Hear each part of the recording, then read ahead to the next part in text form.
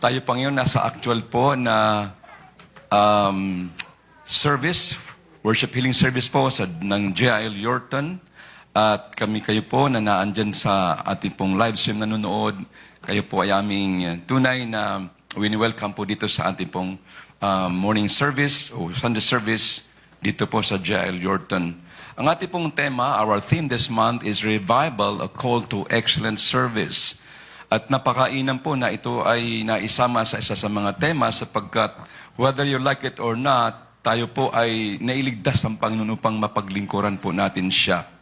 Kung paano po tayo ay nagbibigay ng ating pinakamainam sa paglilingkod sa mga earthly masters natin, ay lalo po sa ating Panginoon na siyang nagbigay ng trabaho, nagbigay po sa atin ng lakas, katalinuhan, upang tayo makapagtrabaho ng maayos.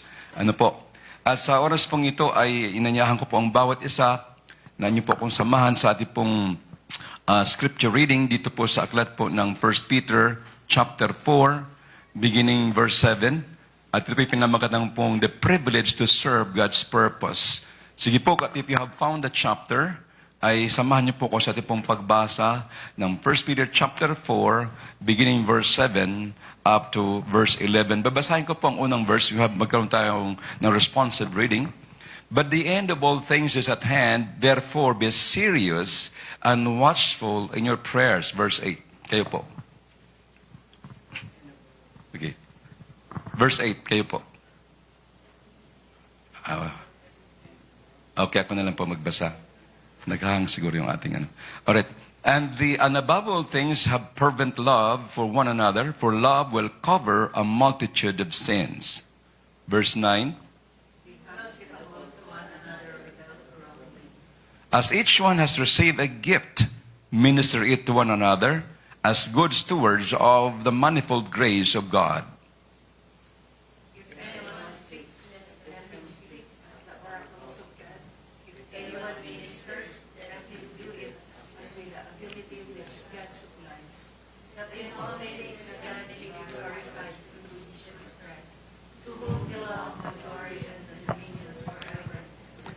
Amen.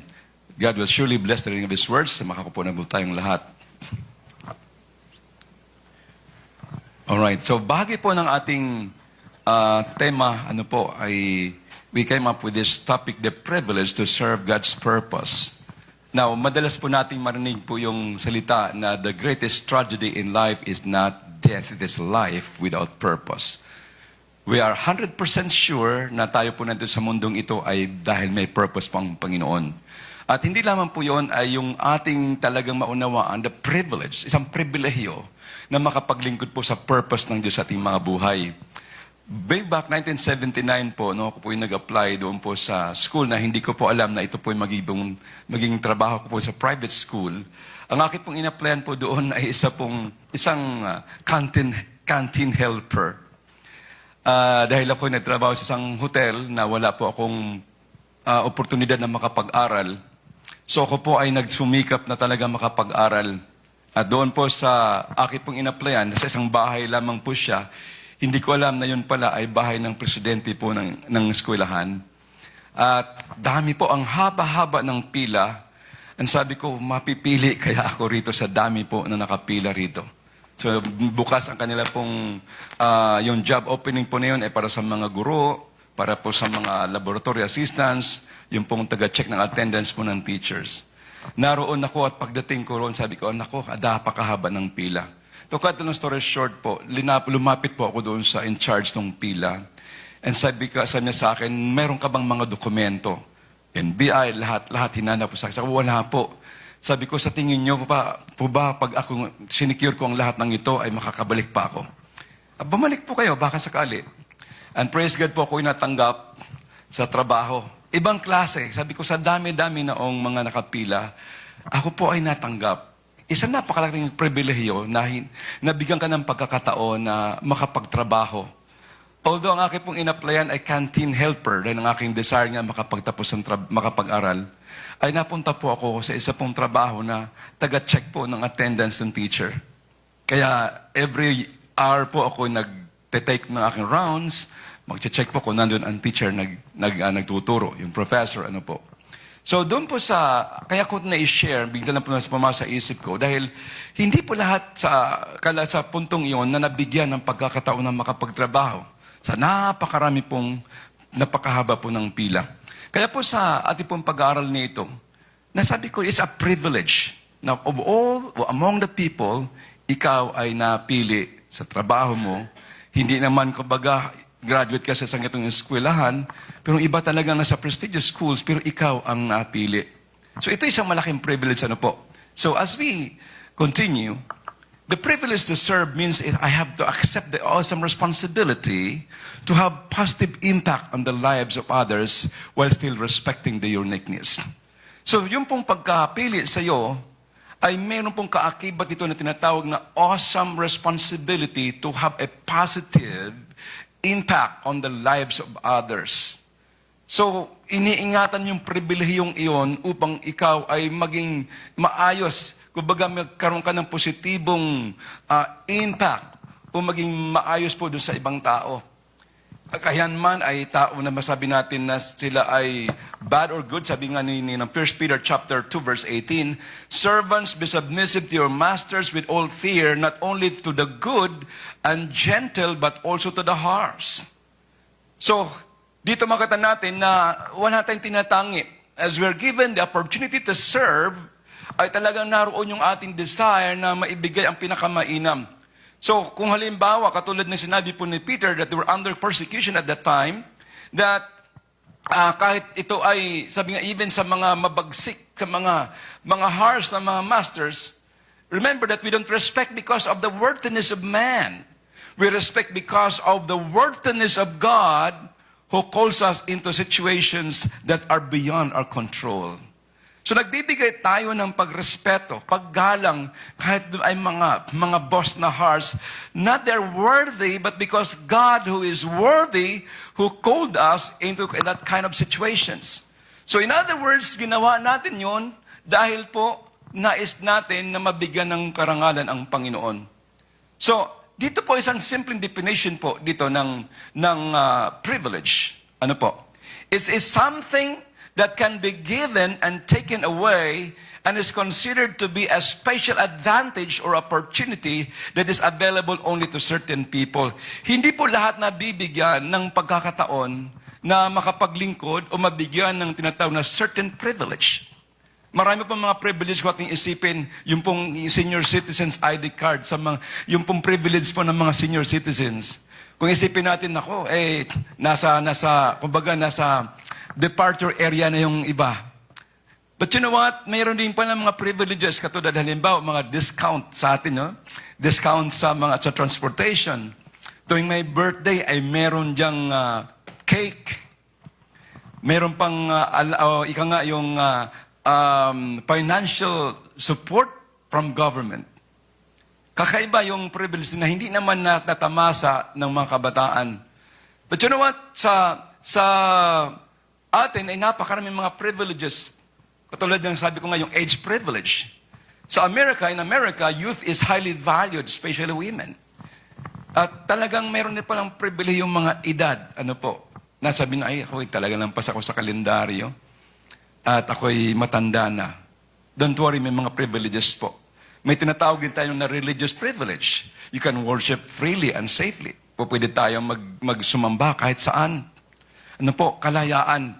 Of course, may mga ilang lugar na tinatawag ng mga restricted, yung mga bansa na talaga namang pinagbabawal ang pagsamba. Ano po, mayroon tayong tinatawag na able-bodied privilege, na dahil po ikaw ay malusog, ikaw ay walang sakit, nabigyan ka ng pribilehyo na makapagtrabaho.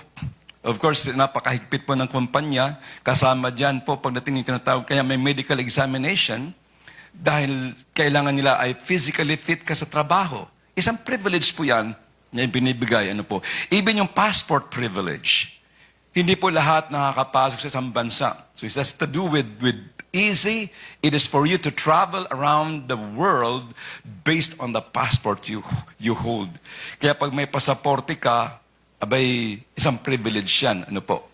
May ilang bansa po dahil nabigyan din ng privilege katulad sa Israel na hindi tayo hinahanapan po ng visa. Of course, kailangan passport. But there are countries na kailangan pa ang visa. Ito po isa pong malaking pribilehiyo. But gusto ko pong dalhin ito ang ating pong pag-aaral ngayon about that privilege na ibinibigay sa atin ng Panginoon. Tatlong bagay po na nais ko pong ibahagi sa ating kalagitnaan ngayon. Una po ay kailangan natin maunawaan talaga yung purpose. The Bible, the Scriptures reveal our life's purpose. Importante natin maunawaan po yung pong life's purpose po natin. Kasabagkat kapag ang tao ay hindi naunawaan ang kanyang purpose, nag-eksperimento siya. May mga tao po na nalulung sa drugs. They don't know their life's purpose. Nag-experiment sila.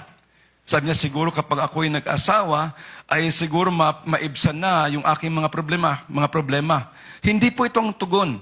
Importante nating hanapin muna ang Panginoon. Matthew 6:33, but seek ye first His kingdom, and His righteousness, and all these things shall be added unto you. In the economy of God, kailangan unahin natin muna siya, and then yung mga bagay idaragdag sa atin ng Panginoon. Ngunit sa mundo po, iba ang nagipong kanilang pamantayan. Unahin natin muna ito, and then baka sakali, bubuti ang ating kalagayan. So, the Scriptures reveal our life's purpose. Halimbawa po dito sa taong ito, pangalan si Pablo sa Galatia 1:15. Kung mayroon po tayong Bible, you can join me. In Galatians chapter 1, verse 15, alaman po natin si Pablo na siyang number one persecutor po ng Christian by that time, na napakaraming pinahirapan. Pero sabi po niya sa Galatians 1:15, but when it pleased God who separated me from my mother's womb and called me through His grace to reveal His Son in me that I might preach Him among the Gentiles, I did not immediately confer with flesh and blood, nor did I go up to Jerusalem to those who were apostles before me, but I went to Arabia and returned again to Damascus. Sinong mag-akala na ang taong ito na nagpahirap ng maraming buhay, mga Kristiyano, noong time na yun ay pinili ng Panginoon? God is the respecter of person. Hindi natin talaga malubos maarok ang kaisipan ng Panginoon. Sasabihin mo na ako kaya ay gagamitin ng Panginoon na itong buhay ko. Whatever your past, sa Panginoon ay siyang nakakaalam ng lahat ng bagay. God can use us. Kaya po towards the end po ng ating pag-aaral, mamaya makita natin na walang pinipili ang Diyos. Mahina, ikaw man ay matalino. Ikaw ay pipiliin ng Panginoon. Ikaw ay mayroong purpose sa buhay nito. Kaya nga, nabubuhay tayo na may purpose. Kailangan nating hanapin. Kailangan nating unawain, Lord, ano ba talaga ang purpose mo sa buhay? Ito lang ba ako, ang purpose ko, kumain, matulog, magtrabaho, bumating sa bahay, kumain, matulog. Ito na lang ba ang buhay natin? Kung ito ang buhay natin, wala tayong pinag-iba po sa kalabaw. Ang kalabaw, natutulog, natatrabaho, kumakain, tapos kinatay ang kalabaw, tapos na. Kapag ang kalabaw ay tapos ng buhay niya, tapos na, pero ang tao kapag namatay, haharap siya sa Diyos Anong ginawa mo? Anong ginawa mo? Paano mo ginawa yung buhay? Ginamit yung buhay mo. Kasi lahat ng bagay ito sa bundong ito lilipas lang. Trabaho, pera, lahat yan Iiwan mo lahat yan. Kaya natutuwa ka kay Brother Manny Pacquiao nung in-interview siya. Siyempre, itong lahat ng ito. Basta nahawakan ko na ang malaking pera. Bilyon. Nahawakan ko na. Pero akin na pang naunawaan, lahat to'y baliwala kung hindi ko na-share to sa ibang tao. Hindi ko to magagamit dito sa lupa, so to speak. Kaya, baliwala yan, lahat ay aking pong iiwan. Isa pang lalaki ng Diyos, ang pangalan po niya si David, na Acts chapter 13:36, na bahagi po ng ating inawit kanina, na nag-serve si David in his generation. Acts chapter 13, verse 36. Tingnan natin sandali po ito. Acts chapter 13, 36. For David, after he had served his own generation, by the will of God, he fell asleep, was buried with his fathers, and saw corruption. So sabi dito, he served his own generation. Tayo po, ano pong ating pong naging pangarap for this generation? Nandito tayo sa isang generation na talagang very critical, restless. Naghahanap ng satisfaction. Sa ating pong buhay bilang manampalataya, ano yung ating magagawa? Ano yung inimpress natin ng Panginoon na tayong kaambag in kingdom building.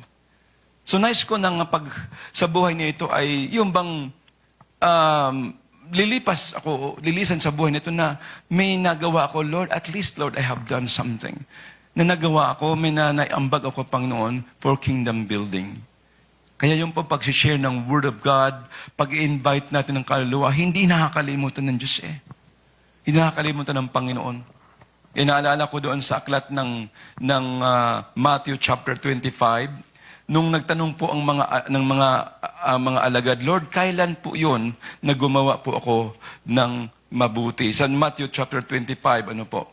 Sabi po doon sa sa verse 31, and sabi po roon, we'll start with verse 33.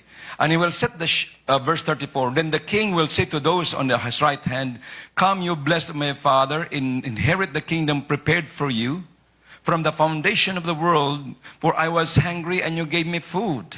I was thirsty and you gave me drink. I was a stranger and you took me in. I was naked and you clothed me. I was sick and you visited me. I was in prison and you came to me. Then the righteous will answer him, saying, Lord, when did we see you hungry and feed you? Or thirsty and give you drink? When did we see you a stranger and take you in? Or naked and clothe you? Or when did we see you sick or in prison and come to you? And the king will answer and say to them, assuredly I said to you, inasmuch as you did it to one of the least of these my brethren, you did it to me. Mga kapatid, yung ating ginagawa sa ating kapwa, nandoon po ang tunay at yung pong ating paglilingkod, pagtulong sa kanila, sabi ng Panginoon, you did it to me.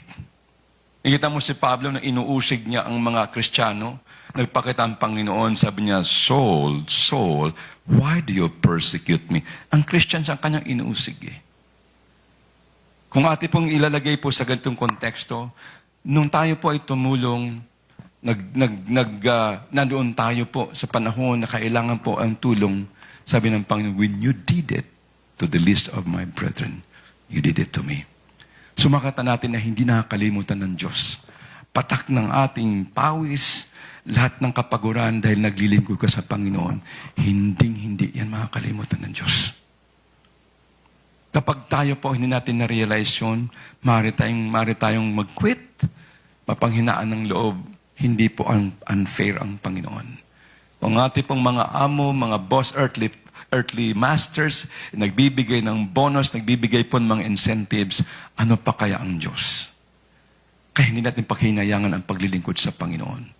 Si Jeremiah po, minsan nagtanong po siya, dahil nga, gusto ng Panginoon na may mga lalaki, babae na kanyang gagamitin ano po, sa isang particular situation.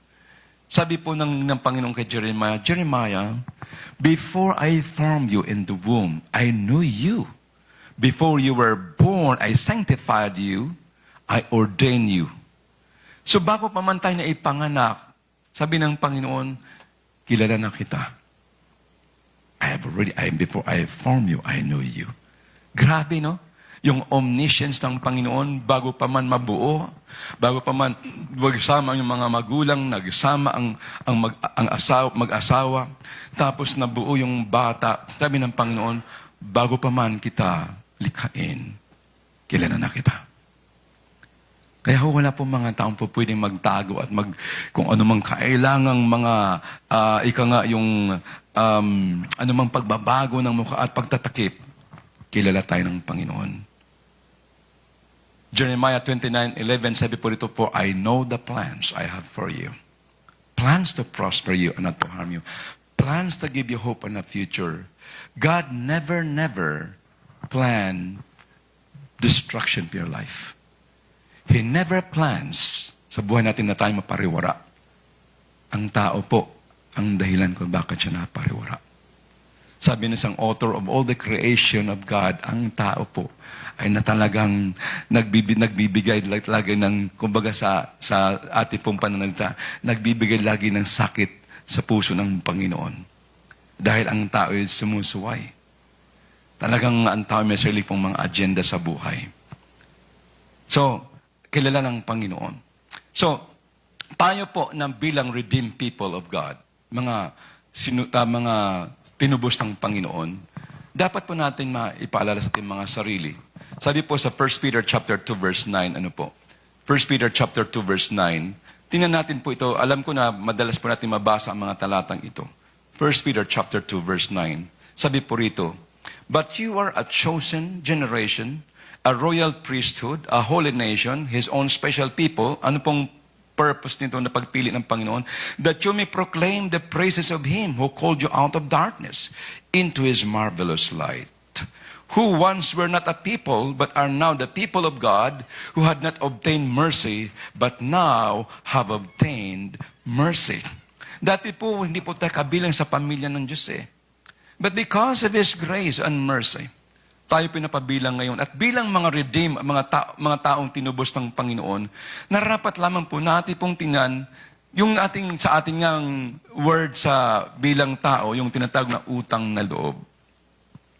Pag ikaw halimbawa ay nagkasakit at meron pong tumulong sa'yo financially, bilang pagtanaw ng utang na loob, hindi mo makakalimutan yung taong tumulong sa'yo.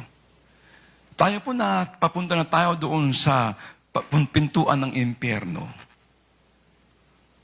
Meron pong tao in the person of the Lord Jesus Christ in the human form na namatay para po sa atin. Talaga namang binayaran ang ating pong mga pagkakautang, yung ating pagka-embargo sa kasalanan na hindi natin kayang bayaran, meron pong namatay on our behalf. Kasi Jesus Christ po hindi nagpakamatay. He voluntarily, He even chose to die para sa atin. Because that's the only way na tayo po ay mabigyan ng pag-asa sa buhay niya ito. So ating pong maunawaan na may purpose po ang pagkaligtas sa atin ng Panginoon. So we can be just every morning, "Lord, thank you for saving my soul." Sa bawat araw, ating pong iunawain, isipin natin, bakit ba ako niligtas ng Panginoon? Dati-rati, saksakan ka ng taray. Dati-rati, saksakan ka ng yabang. Dati-rati, saksakan ka ng sama. Pero nasumpungan ka ng Diyos eh. Binago ka ng Panginoon. Kaya nga, narapat lamang na ating pong makita dito na ang Diyos po ang unang umibig sa atin. He will love because He first loved us. Hindi po at wala pong alam ang tao tungkol sa pag-ibig hanggat na naranasan ang tunay na pag-ibig ng Diyos. Sa 1 John 4:9 sabi doon, He first loved us. Siyang unang umibig sa atin. Iba yung pagkakaintindi ng tao sa pag-ibig eh. Ang pag-ibig ay very selfish. Pero ang pag-ibig na ito is unconditional, maging sino ka man. Sabi po ng awit ni Ray Valera, maging sino ka man, mahal na mahal ka ng Diyos. Dahil minahal niya ako, siyang una nagmahal sa akin, narapat lamang bagamat po yung pagmamahal ko ay hindi po doon talaga aangkop sa pagmamahal ng Panginoon. Lord, at least, Lord, sa aking maliit na bagay, buhay, sa aking buhay na ito, sa aking maliit na kakayahan, Lord, I can serve you. Diba yung awit na sabi na, "I will serve you because I love you. You have given life to me. I was nothing until you found me. I have given life.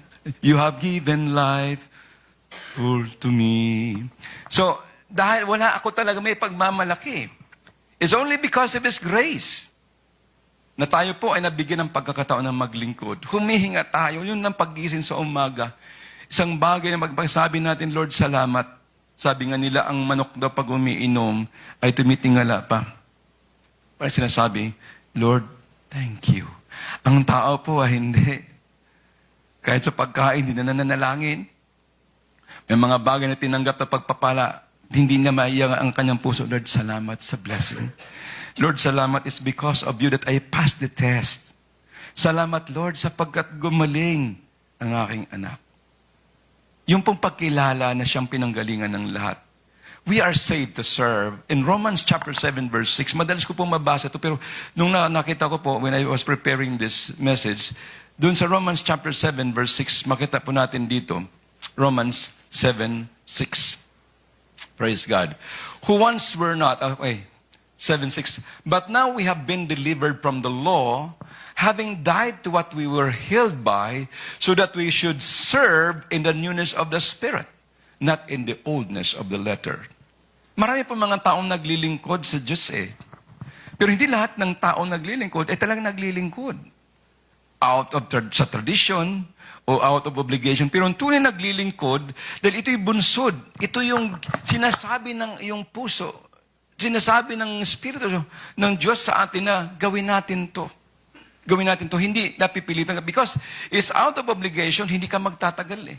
Hindi ka magtatagal. Kaya magtataka tayo kung bakit may mga iba na iniiwan ang kanilang profession. May iba, graduate pa ng UP.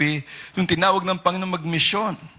Nagalit ang mga magulang. Bakit nakatapos ka sa isang prestigious school, pagkatapos dyan ka lang? Why? Because naramdaman niya at nakita niya na ito yung higit, yung mabigyan bigyan ng karangalan ang Diyos. Of course, iba't iba yung calling, but what I mean is that kung ano man ang pagkatawag sa ng Panginoon, do it. Katulad po kay Mary, nung pong naubusan ng alak, dun sa John chapter 2, sabi niya doon sa mga servants, whatever He tells you, do it. Ano mang sinabi ng Panginoon, gawin ninyo. For we are God's workmanship.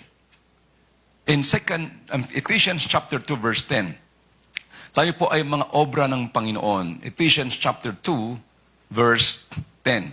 Tingnan natin po sandali. Ephesians chapter 2 verse 10. For we are His workmanship, created in Christ Jesus for good works, which God prepared beforehand that we should walk in them. So tayo po yung obra ng Panginoon. The word workmanship means that which is made a work of art. A work of art. Grabe, no? Ibig sabihin po rito, mga kapatid, na kahit ikaw ay sabihin mo ngayon, yung height ko, hindi ako ganong katangkaran, ganitong hitsura. But remember this, na ikay nilikha ng Panginoon, appreciate and thank God for what you are. Kaya hindi mo ikukumpara sarili mo, mabuti pa sila. Mabuti pa siya matangkad. Ako, mababa. Mabuti po ang Diyos. We do not compare yourself.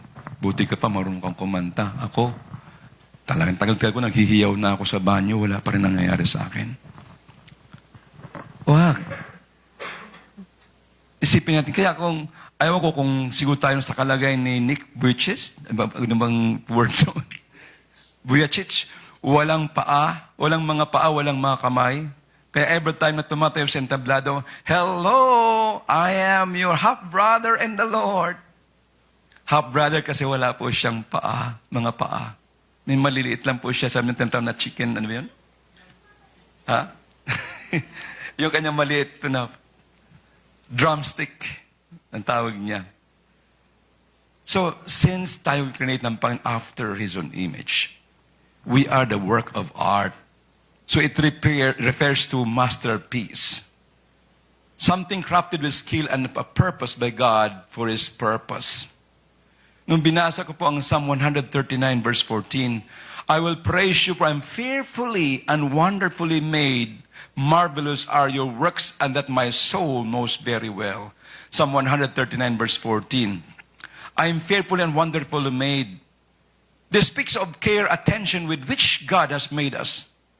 Ang fearfully, yung bang hindi na parang nakakatakot, but fearfully means mysterious awesomeness about calling an individual into being.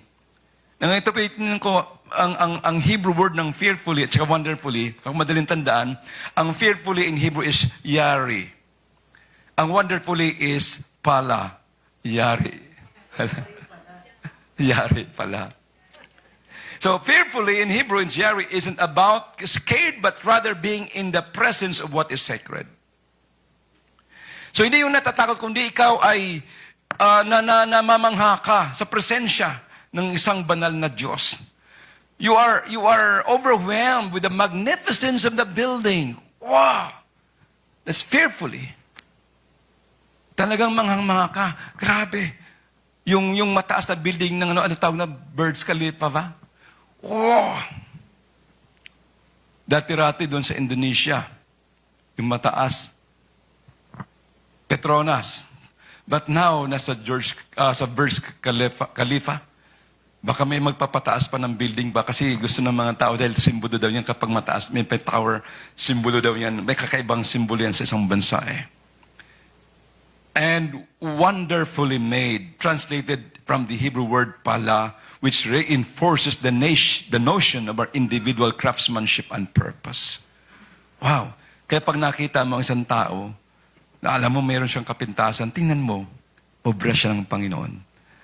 And in that case, hindi ka ngayon maglo-look down. Mas maputi ako sa Kanya. Do not even, do not focus on this. Sometimes we focus on the dirt. Remember, ang tao po ay 100% dirt. Kaya, kaya tayo nabuhay because tinatawag tayo na human. From the word humus means dirt. Humus man. And dito nilagay po ang Holy Spirit sa ating mga katawan. The Spirit is placed in us. Human being. The Spirit within the dirt body. Tayo po ngayon, kaya po tayo nabubuhay. Genesis 2:7, hiningahan tayo po ng Diyos. At tayo po naging buhay na buhay. Sa dami po ng creation ng Panginoon, tayo lang po yung ginawa. We received the first touch. Tinatch tayo ng Panginoon. Sinabi niyo, let there be. Pero sa pagdating po sa creation ng Diyos, sa atin, His obra, hinawakan tayo ng Panginoon. He breathed into His nostrils the breath of life. And man became a living being. Naging buhay po ang tao. So, ito yung atin po, tayo naglilingkod sa Panginoon dahil minahal tayo ng Diyos ng una. Siyang una nagmahal sa atin, niligtas na tayo, at tayo po kanyang obra, yung masterpiece ng Panginoon. And also, is a command. Nung binasa po ni Luis kayo ng Psalm 100, ayun pong Psalm 102, makita natin dito, na tayo po ay kinumand na magsumamba sa Panginoon. Psalm 102, 100 verse 2. Serve the Lord with gladness. Come before His presence with singing.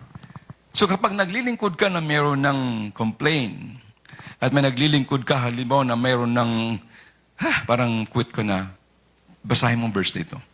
Serve the Lord with gladness. Bakit? He deserves. He deserves to be served. Whether you like it or not, talagang kailangan, yung ate pong maibigay ang pagtunay na pagsamba, tunay po na paglilingkod sa Panginoon. Dahil alisin man lahat sa atin yan, wala. Lahat yan pag nawala sa atin. Kaya nga sabi nga, maalis,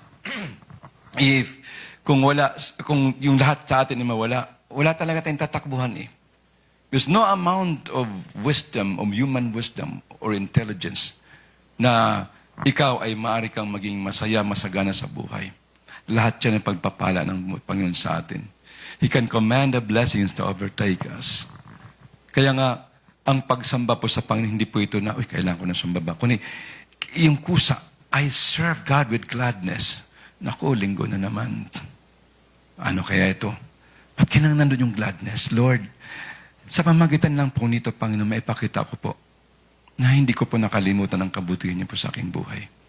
Yung pong iyong kagandahang loob, Panginoon, ikaw nagbigay ng trabaho at lakas sa akin. Pumunta ka minsan sa hospital, nakita yung mga tao, madami po nakakabit po sa kanila pong katawan.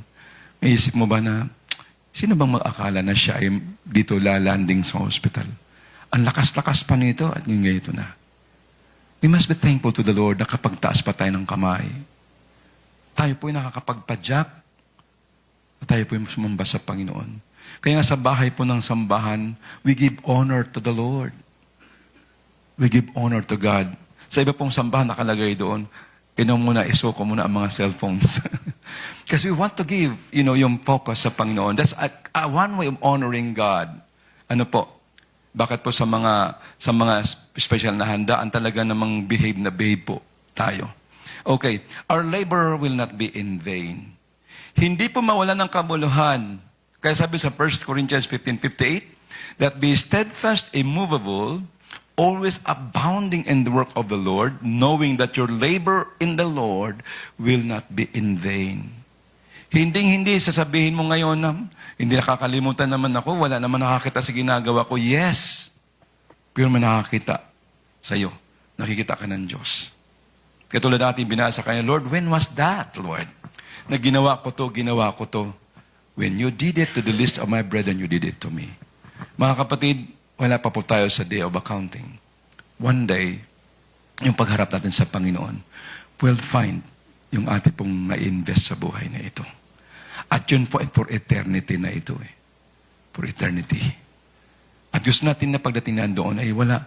Yung hindi ka mawawalan na for eternity, at least, Lord, yung buhay na ibinigay mo sa akin ay hindi nawala ng kabuluhan. Nagawa ko po, Panginoon, yung kung dapat gawin kahit po ako ay limitado. Lastly po, serving God is a special privilege. Isa pong pribilehiyo. Sino po sa atin dito na nabigyan po kayo ng ID, all access, o ID po sa senior citizens, o ID na ikaw lamang ba po pwedeng pumasok doon?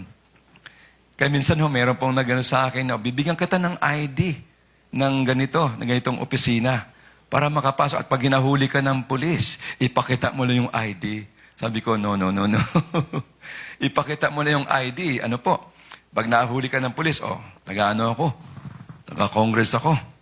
Taga-ganito ako. So as Christians po, naging modelo po tayo. Kaya, mahirap po yung minsan ng ID na abuse. Kaya nga, ang privilege dapat wag ma-abuse. It's an awesome responsibility na atin pong ingatan yung pong privilege yung binigay sa atin. Alam niyo po nang binasa ko itong 1 Corinthians chapter 1:29, I know, you will find here, sabi riyan, for you see your calling, brethren, not many wise according to the flesh, not many mighty, not many noble are called, but God has chosen the foolish things of the world to put to shame the wise, and God has chosen the weak things of the world to put to shame the things which are mighty, and the base things of the world, and the things which are despised, God has chosen, and the things which are not, to bring to nothing the things that are, that no flesh should glory in His presence. Ito pala na isang Panginoon na walang sino man, na magmamapuri o magmamataas. Dahil po, ito ay tinawag siya, mahusay siya, magaling siya. Lahat tayo are recipients of His amazing grace. Ginagamit ng Panginoon na mahihina to put to shame dun pong mga strong. Kaya makita natin ng Panginoon is no respecter of person. God can use someone who is a nobody para lamang po mabigyan ng karangalan ang Panginoon. It's a special privilege to serve the owner of the entire universe. Siya pong may-ari. Kung kayo po ay nagtatrabaho sa isang kumpanya o sa isang may-ari po ng kumpanya, ibibigay mo yung the best mo eh. Hindi lang dahil sumisweldo ka, it's because naunawaan mo na nagtatrabaho ka rito para ikaw ay maging bahagi for the progress of the company. Hindi lang nga, kasi sumisweldo ako eh. Hindi lang kaya, dahil doon naging responsible ka. Pag nagtatrabaho ka, kapag ikaw halimbawa ay mag-absent, nagpapaalam ka in advance. Dahil, privilege yun eh. Maraming tao na naghahanap ng trabaho. Ikaw nabigyan ng trabaho, pero hindi may binibigyan the best sa kumpanya. How much more sa Panginoon? Kaya nga, to be responsible, you told Him in advance, itong araw nito, hindi po ako makakarating para magharap kayo ng kapalit sa akin. That's responsibility. That's being responsible. So, kaya ito tinuturo natin sa ating mga anak. Because, kapag ikaw ay nagkaroon ka, naging may-ari ka ng kumpanya one day, pag ginawa rin sa'yo ng empleyado, yung masakit sa'yo eh. That's when dito natin binibigay ang pagpapahalaga sa isang paglilingkod, lalo na paglilingkod sa Diyos. Doon po sa aklat ng Revelation chapter 4, 9 to 11. Revelation chapter 4, 9 to 11. Makita natin dito kung paano nagbigay ng pagsamba yung pong mga saints, sa Revelation, sabi chapter 4, 9 to 11. Whenever the living creatures give glory and honor and thanks to Him who sits on the throne, who lives forever and ever, verse 10, the 24 elders fall down before Him who sits on the throne and worship Him who lives forever and ever, and cast their crowns before the throne, saying, You are worthy, O Lord, to receive glory and honor and power, for you created all things, and by your will they exist and we're created. Kaya, ang owner of the universe deserves the best. Kaya ito po mga lingkod nitong ng Panginoon, the 24 elders, according to Bible scholars, ito po ay yung pong 12 tribes of Israel and the 12 disciples of Jesus, naglalagay yung kanilang, they lay down their crowns. Kanya pong sinasamba po yung pong Diyos. Siyang owner of the universe, siyang may ahari ng lahat ng mundong ating tinutungtungan. Yung hangin na ating hinihinga. Yung ating trabaho, lahat yan. Kaya nga sinasabi ito, pag may sasakyan ka, ako niyang binili ko yan pare. Okay, ikaw bumili. Ang totoo nan, galing din sa Diyos yun eh. That's my car, yes, but you cannot own what you did not create. Steward lang tayo ng Panginoon. Tayo ay mga katiwala lamang. Kaya nga, this is the reason why we dedicate our house acknowledging God na siya talagang tunay na may-ari. We are just managers. Sasakyan mo ay dedicate ko, hindi dahil nga katulad sa ating nakagisnan para ho ay may protection. No, acknowledging the Lord. That car ay galing sa Panginoon. Binigyan ako ng lakas magtrabaho, kaya nabili ko po yung sasakyan yan. Kaya because sa car na yan ay dapat bigyan ng karangalan ang Panginoon. Sa sasakyan yan, o sa bahay na yan, o sa business na yan, that's why we dedicate that to the Lord. Lahat yan. Kaya nga ating ina-acknowledge ang Panginoon. Out of 8 billion people on earth, though I'm a nobody, but He knows me by name as He knows the names of the stars of heaven. Kadami-daming tao sa mundong ito, kilala ng Diyos ang bawat isa kung paano kilala niya ang pangalan o alam niya ang pangalan ng bawat bituin. Sa aklat po ng Isaiah chapter 40, tingnan natin sa verse 26 po, mababasa po natin dito, na lahat po niyan, ng mga bituin sa langit, ay hindi lang nandyan, kundi yan ang lahat ay kilala at alam ng Panginoon ng mga pangalan. Lift up your eyes on high and see who has created these things, who brings out their host by number. He calls them all by name.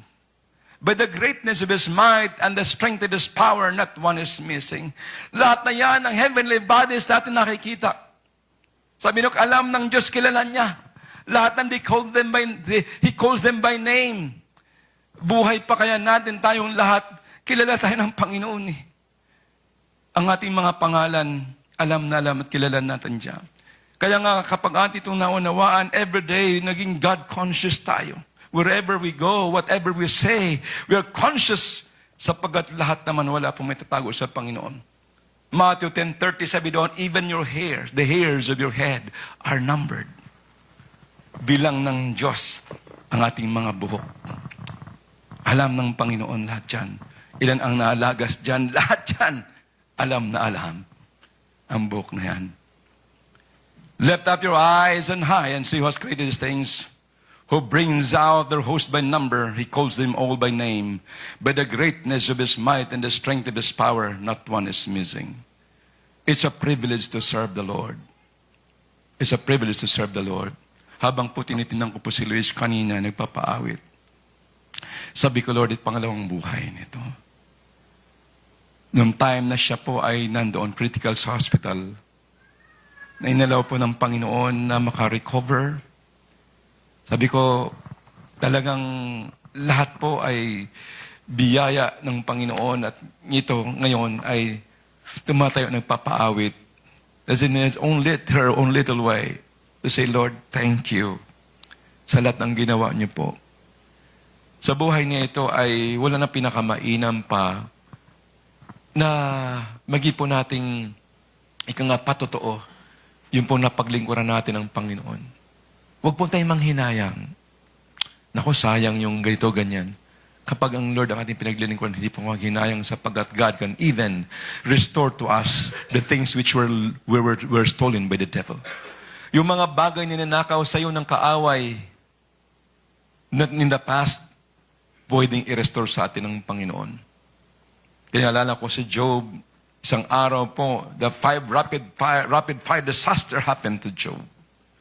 Sabi doon na righteous man, kaya wala pong exempted sa mga trials. Pero at dayn po, as sa Job 42, the Lord restored everything. Doble pa. After his trouble, he received his double portion. Mga kapatid, hindi natin po ma-outgive ang Panginoon. Ang paglilingkod po isang privilege. As I conclude, Matthew chapter 25 po.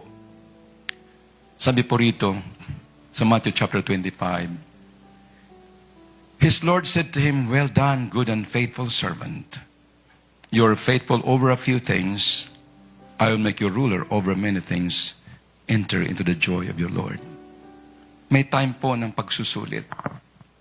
May time po ng accounting.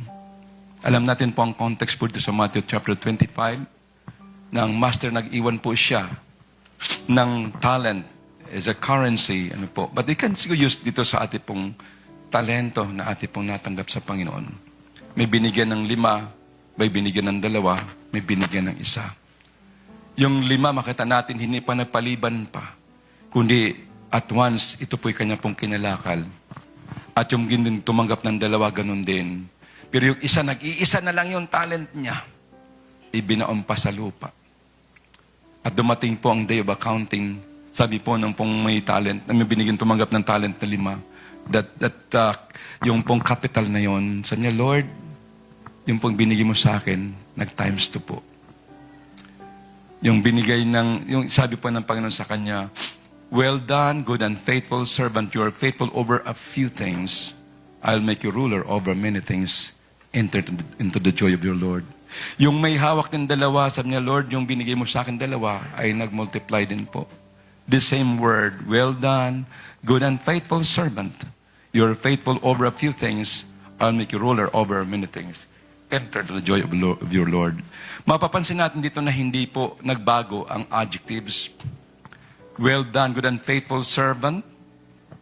You're faithful over a few things. Di sinabi niyo doon sa may 5, sinabi doon sa 2. So, ang measuring rod ng Panginoon ay katapatan. Hindi po sa dami na iyong tinatangkilik. Maliit man ay pinagkatiwala sa iyo, tapat ka eh. Malaki man, tapat ka. Kasi kung ang basihan ng Panginoon dahil sa dami ng hawak mo, marami ka ring blessing, dahil maliit ang no. That will be unfair. But God measures doon sa katapatan. Maliit ang hawak mo, malaking responsibilidad, maliit ang responsibilidad. Sabi niya, "Well done, good and faithful servant. I will make you ruler over many things." Good and faithful servant. Hindi sabi, "Well done, good and a smart servant." Well done, good and intelligent servant. Well done, good and anointed servant. The devil was also anointed share, but he was found unfaithful. Ang measuring rod ng Panginoon ay faithfulness, katapatan. Meron pong day of accounting. At tatayo po tayo dito. Sabi nga ni Kuya Eddie, Brother Eddie, ito yung the sweetest words natin marinig sa ating Master. "Well done, good and faithful servant." Pagharap natin sa Kanya. Sa 2 Timothy 3:8, this is my last verse po. 2 Timothy chapter 3 verse 8. "Finally, there is laid up for me the crown of righteousness, which the Lord, the righteous judge, will give to me on that day, and not to me only, but also to all who have loved His appearing." Meron po akong i-share saglit po bago po tayo tuluyang magwakas. Ito nabasa niyo sa some Facebook, but ito po sabi niyo, how we treat the church versus how we treat our work. I know it's really po, nagbasa ko ito, sabi ko this is for us. Sabi po rito, we don't mind being late for church, but we try our best not to be late for work. We miss church because we say we are tired from work, but we never miss work for church. We spend 2 hours a week in church and complain that it's too long, and go to work for 8 hours a day for 5 or 6 days a week. When we are confronted with our mistakes in church, we quickly transfer to another church. When we are confronted our mistakes at work, we apologize and promise to do better next time. When we are called to be at church other than on a Sunday, we make excuses that we are busy. When we are called to work on a Sunday, we miss church and give the excuse that we have to work. We miss church because we are not feeling well, but go to work even we are not feeling well, if we are not feeling well. We want our Christmas party in church to be free, but we pay for Christmas parties at work. We check our phones during the church service, but we turn off our phones during meetings at the office. We shy away from responsibilities in church, but we work hard at the office to be promoted. We complain that the sermon in church is too long, but we can work for 4 hours overtime at the office. Many times the boss of the office receives more respect and honor than the pastor of the church. We give the church excuses and give our work results. Missionary, you say, we get our living from our work. That's true, but you get your life from God. But missionary, I need to feed my family, of course, but man shall not live on bread alone. Missionary, I'm preparing for my retirement. Yes, you're right, but God is preparing you for eternity. Missionary, my boss is good to me. Maybe, but Jesus died to save you from hell. Maybe, probably you need to reevaluate your relationship with God and make some major adjustments in your life as a disciple of Christ. Purihin po ang Panginoon. Pwede natin palakpakan ang Diyos sa oras sa pagitong. Can all arise, please? Let's all arise.